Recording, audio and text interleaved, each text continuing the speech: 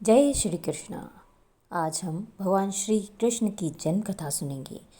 भाद्रपद कृष्ण अष्टमी को श्री कृष्ण जन्माष्टमी कहते हैं, क्योंकि यह दिन भगवान श्री कृष्ण का जन्म दिवस माना जाता है। इसी तिथि की घनघोर अंधेरी रात को रोहिणी नक्षत्र में मथुरा के कारागार में वासुदेव की पत्नी देवकी के गर्भ से भगवान श्री कृष्ण ने जन्म लिया था। यह तिथि उसी शुभ घड़ी की याद दिलाती है और सारे देश में बड़ी धूमधाम से मनाई जाती है। द्वापर युग में भोजवंशी राजा उग्रसेन मथुरा में राज्य करता था। उसके आतताई पुत्र कंस ने उसे गद्दी से उतार दिया और स्वयं मथुरा का राजा बन बैठा। कंस की एक बहन देवकी थी, जिसका विवाह वासुदेव नामक यदुवंशी सरदार से हुआ था।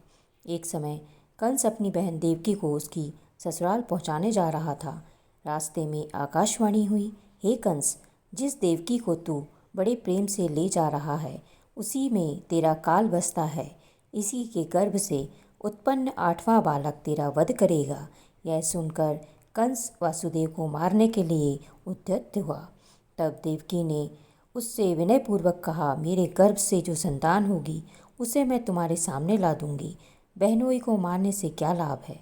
कंस ने देवकी की बात मान ली और मथुरा वापस चला आया। उसने वासुदेव और देवकी को कारागार में डाल दिया।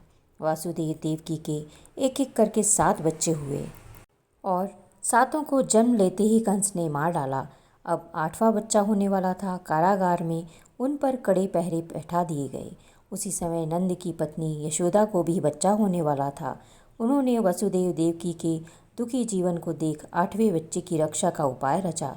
जिस समय वासुदेव देवकी को पुत्र पैदा हुआ, उसी समय संयोग से यशोदा के गर्भ से एक कन्या का जन्म हुआ, जो कुछ और नहीं सिर्फ माया थी। जिस कोठरी में देवकी वसुदेव कैद थे, उसमें अचानक प्रकाश हुआ और उनके सामने शंख, चक्र, गदा, पद्म धारण किए हुए चतुर्भुज भगवान प्रकट हुए। दोनों भगवान के चरणों में गिर पड़े। तब भगवान ने उनसे कहा, अब मैं पुनः नवजात शिशु का रूप धारण कर लेता हूँ।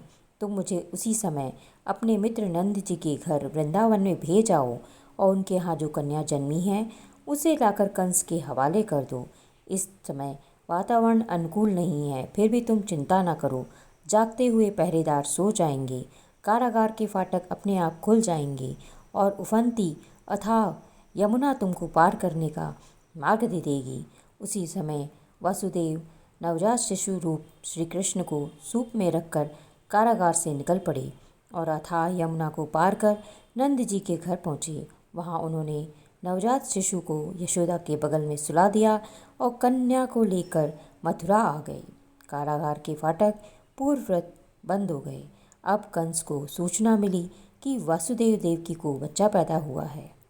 उसने बंदी गृह में जाकर देवकी के हाथ से नवजात कन्या को छीनकर पृथ्वी पर पटक देना चाहा, परंतु वह कन्या आकाश में उड़ गई और वहाँ से कहा, अरे मूर्ख, मुझे मारने से क्या होगा।